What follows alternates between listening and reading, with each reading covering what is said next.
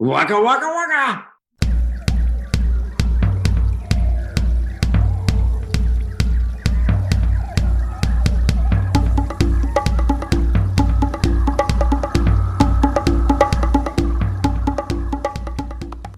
Waka waka, welcome back to the Wild Business Growth Podcast, presented by Hippo Direct. This is your place to hear from a new entrepreneur or innovator every single week who's unleashing creativity to grow their business. I'm your host, Max Brandstetter, digital marketing dude here at Hippo Direct. You can email me at max@hippodirect.com to learn how to start a podcast of your own or get help on digital marketing.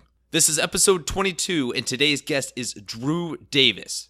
He's a top-ranked content marketer, keynote speaker, and best-selling author, a keynote speaker at Content Marketing World for the second time this year. You'll hear all about his experience producing for The Today Show and The Muppets, a look into his creative process in preparation into any of the massive keynote speeches he does in front of thousands of people, and yes, even some Muppet impressions. It's Drew Davis, the floor is his, so enjoy the show. Alrighty, we are here with an extremely special guest, Mr. Drew Davis, Double D, best-selling author and one of the top-ranked keynote speakers out there. Drew, how are you doing today? Hey, I'm good, man. Thanks for having me on, Max. This is fun. Of course, yeah, having a blast already. Good to hear you are as well. We can wrap up any second now. But Drew, I don't think you knew this. It would be very impressive if you did, but our bond goes back many, many moons because my previous job was working for the Snuggle brand, and I managed the Snuggle Bear and our partnership with the Jim Henson Company there. So there you go. Yeah, very familiar with the Henson Company and the puppeteers and wranglers and that whole world. And I know you were involved in the whole Muppet world for a while as well, huh? I was. You probably were working with the guys at the Creature Shop. That build the Snuggle Bear. Yeah. I actually worked on the other side of the business. Like, those guys are based in London, and they're unbelievably talented guys and do a lot of commercial work. I worked at the Jim Henson workshop in Manhattan, which was all about the actual Muppets. Like working with Fuzzy the Bear every day, and Miss Piggy and Kermit and Super Grover and Sesame Street. So I used to work at the Jim Henson Company in New York and managed their workshop there. With about 40 of the most talented and creative puppet builders in the world. It was pretty awesome. Wow. Well, waka waka. Waka waka waka. So that's a good little segue. I actually have a good radio. I can do like a good podcast imitation of Grover if you want to hear it. Oh, yeah? Of course. Well, now that you mentioned it, of course. Yeah, right. I can't be like, never mind. Here you go. You ready? Near? Far? Near? That's it. Oh my God. Wow. Well, thank you, Drew, and thank you, Grover, for coming on as well. No problem. I can't do anything except for near and far. Can you do the whole recording that way? That would be pretty impressive. It hurts my voice, actually. I don't know how Frank Oz does it, but he's really okay. We'll keep your voice in good standing. But for anybody that isn't as familiar with you yet, can you give a quick rundown of sort of where you came from, your history, and beyond the Muppets, what you've been up to, and what you're focusing on now? Yeah. I started my career in the television business, which is how I ended up at the Muppets. But I started in local television in Boston, and I produced like a late night call-in talk show, and I produced a doctor call-in, medical call-in show on Sunday mornings. And then from there, I actually went and worked for a company called VideoLink, which is based in Boston as well, and started freelancing for a bunch of the networks like CNN and Fox and MSNBC and CNBC. And then I got a job working at the Today Show in New York as a producer and writer, a segment producer for them. And then, I landed I wrote for Charles Kuralt, if anyone in the audience is old enough to remember him. He's an amazing storyteller and talented guy.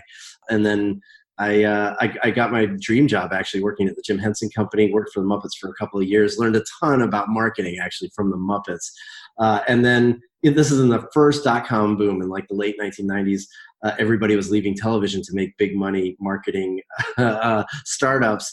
And so I did the same thing. I moved back from New York to Boston and worked at a couple of startups. And then in 2001, I started a digital marketing agency with one of my best friends and journalist, a guy named Jim Costco. And we built the agency and sold it in 2012. And then since then, I've basically just been writing books like Brandscaping and Town Inc. and traveling the world speaking. Wow. Well, I had heard you were a good speaker, and you have me sprinting on the treadmill here as we're doing this because I'm ready to run through a wall right now. But it's cool you've done so many different fun things in a wide range of different industries. And I know on the author side of things as well, you've had some very successful books. I'm actually, just shameless plug, I'm actually in the midst of reading Brandscaping right now. So I'm about halfway through. Oh, cool. It's phenomenal. No spoilers because I'm not done yet. But I love how you give different case studies and you call out some of your top brandscapes of all time. And the one that really stuck out to me so far, without giving away the whole book, is Blend Tech with their Will It Blend series. Because I think I was in high school at the time, maybe in middle school, but it was just such a viral hit among my friends and I of just like, holy shit, you have to see what they put in this blender. You have to. And I know they nailed it with the iPhone and everything. But for our audience here, anybody that hasn't read the book yet, can you give a little definition / intro to brandscaping, what that is and why you're so passionate about it? Yeah, sure. Yeah. Well, I mean, so Brandscaping I wrote actually after it came out right after I left the agency and we sold it. And it was it was basically the philosophy we used to build the agency, which was a brandscape is essentially a partnership with another like-minded brand that focuses around the content you create together to increase demand for whatever you both sell. Like there's some amazing partnerships out there. In fact, I don't want to spoil the book for you, but there's a chapter about Gymkhana if you haven't gotten there yet. And if you don't know what Gymkhana is, it's like a phenomenal thing. And DC Shoes has done an amazing job of, partnering with other brands and like turning Gymkhana into something really amazing. And in fact, the reason it's top of mind actually is I just was watching Netflix has a new Gymkhana series. With Ken Block, who's kind of the star of the YouTube series that they created, and it's awesome. It's really awesome. But some of the best brandscapes are just really cool ones like Guitar Center and Converse partnering up to create like a recording studio where they record music for free and distribute it all over the world. And it sells shoes, but it also sells all sorts of other stuff, including guitar stuff and audio equipment. So yeah, that's essentially what a brandscape is. It's a really fun book, and surprisingly, it's kind of held up pretty well, even though the case studies are old at this point. I mean, 2012 in the digital world is like ages ago. Yeah, like I was like 3 back then. So yeah, exactly. There was no Instagram when I wrote the book, but I'm constantly surprised at the people who have just started reading it or just read it and tell me how relevant the ideas still are. So I'm really proud of the book, and the case studies are really fun. Yeah, I've already recommended it to people, and I'm going to recommend it to more people in podcast form. But the first person to email me after hearing the podcast, I'll send a free book to. How's that? Perfect. Cool. And I kind of have the upper hand here because I'm going to email you right after this. But in terms of brandscaping, do you have a favorite brandscape execution of all time? What comes to mind? Oh my gosh. It probably is the Converse relationship with Guitar Center. Mm-hmm. Number one, it's an easy one to explain to people, but it's a really surprising partnership and it's a really smart execution. And I can't remember where it is in the book, so I don't know if you got to it yet. But essentially, like the guys at Converse were really interested in selling more shoes, and they knew that if they could hitch their ride to a bunch of celebrities. Like when they were doing research, they realized that if Justin Bieber was seen in a magazine or online wearing some Converse Chuck Taylors, all of a sudden a whole new audience would buy Chuck Taylors. Right. And they didn't have the budget to go out and say, Justin Bieber, why don't we sponsor you? And they realized, well, maybe we don't need the Justin Biebers. What if we get anyone who's a music fan interested in wearing our shoes, and why don't we just support them in their endeavor to become the next Justin Bieber? And so what they did was they actually built a recording studio, and they don't know anything about music. So they partnered with Guitar Center and said, look, if you were going to build a recording studio, what would you put in it? And Guitar Center said, well, check it out. Let's build it together. They took over an old dry cleaner in Brooklyn, and they outfitted it as this cool, really hip place. And they allowed anyone in the world to sign up to record in the studio for free. As long as you could get yourself there, they would have a professional engineer, and you just bring your instruments and come and record your music. And all of a sudden, what happened was the brandscape was essentially Converse was sharing the music they were recording with their audience. Guitar Center was recording sharing the story behind the musicians with their audience and introducing Converse to them. And even more importantly, the bands and their fan bases were getting this amazing experience brought to you by Guitar Center and Converse. And not only did it sell a lot of shoes, and take off, like I think actually there are now 14 Rubber Track studios around the world. Wow. Like Amsterdam and Tokyo, and they have one that tours on a tour bus and goes to South by Southwest and lots of big music festivals and stuff. It's pretty awesome. It is. It's definitely my favorite brandscape. Yeah, it is. It's amazing. It wasn't just a one-time thing. They turned it into a global thing and a reoccurring thing. Yeah. And I have to thank you for being the first author to ever spoil a book for me directly. So great, man. my bad. There was one rule. I'm not gonna spoil it for you, but I think page 163, man, you're gonna be blown away. Perfect. Yeah, I'm just messing around. I'm excited to keep reading. Can you imagine getting a 100% open rate on your next marketing message? Well, you can with extra large postcards that are impossible to ignore. Hippo Direct can help you find the perfect list of proven direct mail responders. We can even help lay out and design the postcard for you. Check us out at hippodirect.com. Let's get into your speaking world and the speaking circuit for a little bit, because you are top-ranked speaker out there. Your speeches are excellent. Even your sizzle videos online are excellent. And just keeping up with you on Instagram, I mean, you travel more than a basketball player who doesn't know how to dribble. So, so how did you get into speaking? How did you get into speaking in the first place? It actually started when I was running Tipping Point Labs, the agency in Boston. We actually realized in like 2008 or 2009 that speaking was a really good way to generate leads for the business. And if I could just get on a stage or a breakout session in front of an audience that didn't know who we were, we could generate a ton of really well qualified leads for the agency work. And so I started going on the road at first in 2008. It was like 4 or 5 events, and then by 2012 I was probably doing 10 or 15 events a year. And today I do about 65 or so events a year. Wow. And now, I'm not generating leads as much as, just meeting people and hearing stories and seeing the world. So it's a lot more fun when it's not just generating leads, I'll be honest. Right. Yeah. Well, 65 days, you have to be passionate about it. It's funny you mentioned that exact number, because I was looking, Spotify does this thing where they wrap up the year for you. Oh, cool. They give you sort of your stats of, here's the top 100 songs you listen to. Here's how much music you listen to. And I'm a huge music and podcast fan. And so I spend a lot of time listening to things now, but I have listened to 65 days exactly of music this year. Wow. That's crazy. So to put things in perspective, all the time that you're out speaking, I'm listening to music. So I wish I should check out my Spotify account and see what it looks like. That's hilarious. Actually, cool it's a really cool. I mean, that's a really cool campaign in itself, because they find the songs that you love the most every year and then put it together in a playlist for you and rank it in order and give you cool stats.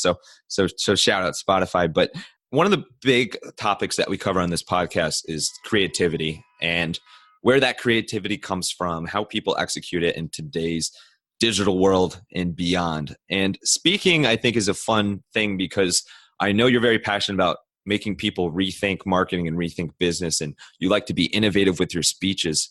How does creativity play into speaking for you? Can you talk a little bit about that? Yeah, sure. Well, I think it's at the core of speaking because like number one, I think you have to be creative about the problem you're trying to solve. I think a lot of people speak about stuff that they know, like how to do stuff or how to be this. And for me, I've always been more interested in trying to find some hypotheses to solving a problem that's much bigger than a problem I have experience executing on. And I'm not that interested in talking about what I know, but what I'm learning. Right. And so for me, you have to get creative with the questions you're asking to get there. So, I usually start by asking myself a question that Google can't answer. If I can't figure out the answer, that means I'm probably on the right track to having a good idea for a speech. So that's number one. Number two, I think the second creative piece is, how do you actually deliver the speech in a way where you're showing people the solution instead of just telling them the solution. So like one of my most booked speeches for 2018 and 2019 is called The Curiosity Factor. And it's all about, how you can actually keep people's attention for as long as you want in a digital world if you just understand how to invite them to chase answers. And instead of me just explaining it on stage, like it's a multi-layered kind of interactive experience that includes a mystery box, and we open the box together on stage and no one knows what's inside it, including me. And those kinds of things show the audience how it works instead of just expecting them to take the leap themselves. And getting creative with how it's performed and delivered is probably the most rewarding and most challenging piece of the puzzle. Oh, absolutely. Yeah, it's got to be ruthless there. In terms of your routine, so let's say so you have a speech coming up, one of your 65 speeches this year, and let's say you have a speech half an hour from now, and you're about to go on stage. You're about to go on stage. You're a keynote speaker. What's your routine? Can you take us through what's going through your mind? I mean, I have like a really kind of religious pregame scenario, and if it was a half hour, usually I'm listening to a Spotify playlist called my pre-show pump up list, which includes things like Beastie Boys. I mean, it's a pretty eclectic list. It's got like Depeche Mode, Beastie Boys, Eminem. Wow. Like it's kind of all over the map. Getting all intergalactic on us. It's just like it's getting me psyched up. I usually am reviewing in my mind, like the first 5 to 8 seconds, like the first lines that are coming out of my mouth. I'm usually pacing back and forth, trying to make sure that I can maintain my energy, stretching out my arms and trying to get as much air into my lungs as possible. But I generally try to keep to myself, and I'm really thinking about all the elements of it. I always have an index card in my jacket pocket that has a rundown of the show so that I know what kind of bits I'm doing. And I usually am looking at that. That's essentially like the half-hour pregame plan. But, it starts a long time before that. Like I actually rehearse for about 4 hours a day, almost every day. Oh, wow. Yeah. And I record every one of the speeches I give, and then I watch it usually within 24 hours so I can kind of critique myself, which is pretty painful, by the way, but it's good for you. I really have tried to treat it like I'm a professional athlete, and, you don't just get up on stage and do it, just like you wouldn't expect to head out on the floor and just start shooting buckets, like you actually got to put in the time. And so like anything, it's a lot of hard work, but I really enjoy it. Yeah, and I'm glad you stretch too. You really commit to the professional athlete thing. You don't want to. I don't want to pull a hammy up there. We don't want to see it. Yeah, start the speech walking fine and the speech getting wheeled up there. But how far in advance do you start preparing for a speech? So let's use Content Marketing World, for example. You've been a speaker there a couple of times, opening Keynote this year. Congrats, by the way. Hey, thanks, man. How far in advance did you plan for that specific speech? Basically, I do one new speech a year, and usually it takes 3 years to get to a speech that people want to see. So the speech I gave at Content Marketing World, the work started in like 2016 for a 2018 speech, and I really, I started to kind of deliver it. Usually, it starts with like delivering it for free at like the local Chamber of Commerce, and I try some stuff out and see. It's like being a comedian. It's like you go to some open mic nights, you try some stuff out, it doesn't work, you try again. You do a bunch of research, you try to find some news stories, you really think through what you're trying to do.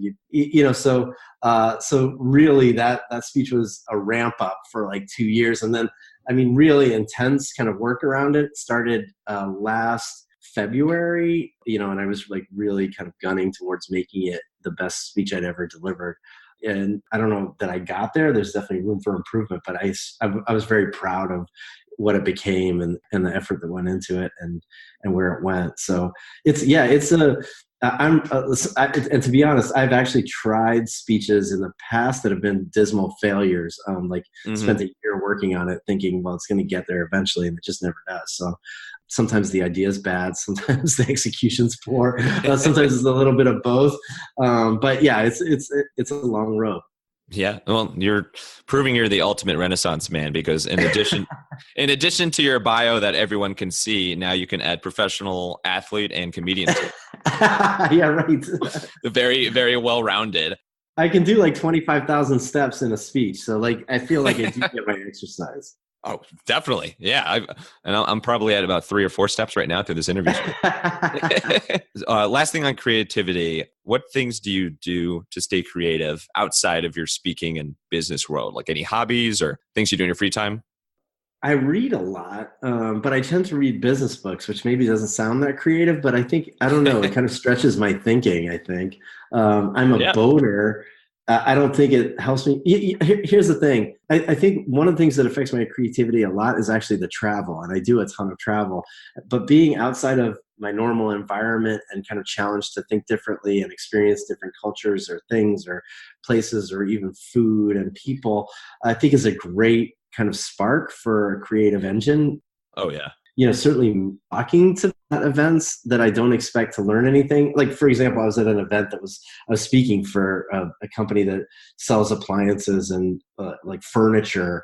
And most of the attendees were small and mom and pop, furniture stores from around the nation. And I kind of, I hate to sound dismissive, but a lot of times I'm like, what am I going to learn from these people? Is this going to be interesting?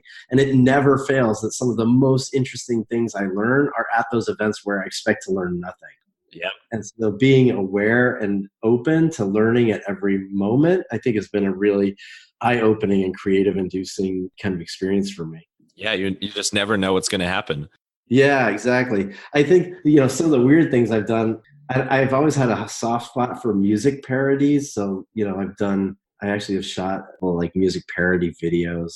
Yeah. I've seen some of that. Well, yeah. So like that kind of stuff is fun. I think just finding ways to be creative is, no matter what it is good. And I play the ukulele. Those are probably like the other things. It's get me excited. Well, I don't think we have enough time for you to give us a full solo, but Thank goodness. You guys are lucky. Our listeners doing the air ukulele while they're listening. There you go. Yeah. I'm actually a pretty bad ukulele player, but I do enjoy it. Well, hey, it's the effort that counts. It's a happy instrument. Like it's hard to be depressed or annoyed when you're playing the ukulele. You're like, that's a happy sounding instrument. It definitely is. Speaking of happy instruments, let's get to our harmonica section here. So, Wild Business Shout Out of the Week. The Wild Business Shout Out of the Week. Awesome. Ferocious harmonica there. This is where we highlight a business or marketing campaign that caught our attention lately and speak about it a little bit. What's the campaign or brand that you want to highlight for this week's edition? Oh man, my big shout out is actually a Google campaign for Grow with Google.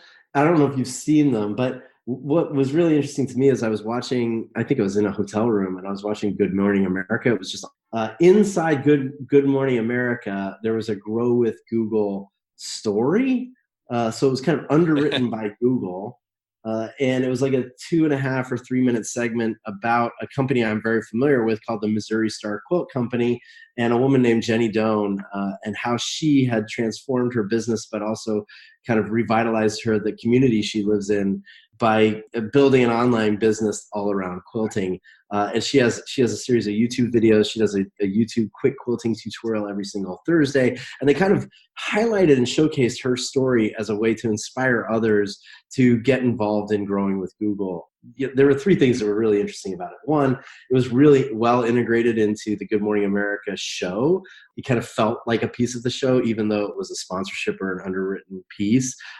2, I think the story was really well done. Like it was the kind of story that is heartwarming. It's accessible. It was, pulled together very well. And then finally, what I maybe I was most impressed with is Google's ability to get out of the way and not talk about their products or services, but just focus on inspiring people to build a business in a digital age in a new and inviting way. And Jenny Doan, by the way, is 65 years old. So it's not like a YouTube star who's 19 and knows how to use YouTube. She's not a spring chicken. So I thought it was a really well executed campaign and just beautifully done story. And it's not the first time Google's done great storytelling, by the way. I don't know if you ever saw the Google Maps campaign about the Indian guy who was an orphan and found his way home using Google Maps. Have you ever seen that? Yeah. Yeah, it became a feature film, actually. Yeah, that is, wow. Like, they're really good at telling stories. So, so my shout out of the week is definitely Google's Grow with Google campaign. Thank you for that and your wonderful synopsis there. I think on those 3 points, you hit on 3 really key things that can work for anybody with just the integration, the brand partnerships, good storytelling, and a focus on inspiration, but also making sure that your brand can really tell the story, but get out of the way, not be too about selling products. So they nailed it with that one. All right, now we only have a little bit of time left here. We'll wrap up with some rapid fire Q&A. Are you ready for it? Let's do it. I love it. Yeah. All right, let's get wild. All right. Who is your favorite Muppet? Super Grover. Yeah, I'm a big fan of Super Grover. He's obviously very different than Grover. It's a totally different guy. Yeah, he's way more super. What's your favorite?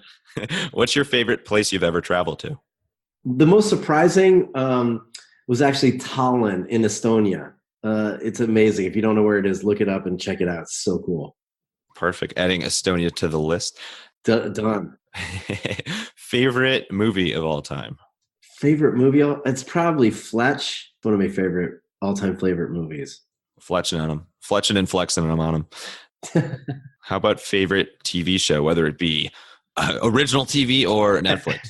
Oh, gotcha. Wow, we have to say that these days. I'd say it's probably like the Muppet Show. I mean, I was a huge fan before I worked there. So yeah, I think it's the original Muppet Show. Bam, shout out. This is just an amazing Muppet edition of the It's a totally Muppet-filled show. Yeah, it really is. Okay, and the last one here, what is your most memorable speech of all time? Oh, man. It's usually, unfortunately, it's some of the ones where things go wrong. Like, I was speaking at an event where the power went out. It was like 10,000 people in an auditorium and the power went out. And it takes like 20 minutes for the power to come back in an auditorium like that. So it was like pitch black. It was really spooky. So that's definitely way up there. Immediately comes to mind. Right. That's like the Super Bowl. Yeah, exactly. It's exactly like the Super Bowl. Everybody remembers that. Yeah, everybody remembers that and the Oreo campaign. So that's right. Yeah, exactly. So there you go. There was no Oreo campaign. I wasn't on top of it enough to come up with a smart tweet while I was waiting. But those are the kinds of things that stand out. Right. Well, it's still the most memorable. Well, thank you so much, Drew. This was a quick adrenaline marketing business shot of inspiration into everyone, into everyone's mind here. Thank you so much for taking the time out of your busy and travel schedule to come on the podcast. Before we sign off here, I want to make sure that you give a shout out to the best place for people to reach you. Where's the best place for people to connect with you? Yeah, the best place is probably Instagram these days. So I'm at Drew Davis here on Instagram. You can find me there. And if you have any questions, shoot me a question there. My website is akadrewdavis.com. And I'll see you on Instagram. Perfect. Cool. Slide into your DMs there shortly. And I'm just kidding. Right. But last thing here, stage is yours, like it so often is. Any final thoughts to wrap up here? What are your final thoughts? Oh, man, my final thoughts, I think, would be that if you want to be creative, you got to stay curious and take the time to really explore questions that don't have answers and look for the answer, not online, but offline, in a notebook, on a walk. Just take some time to really ponder the things that matter, and you'll find yourself becoming more and more creative every day. Thank you, Drew, and waka waka. Waka waka waka.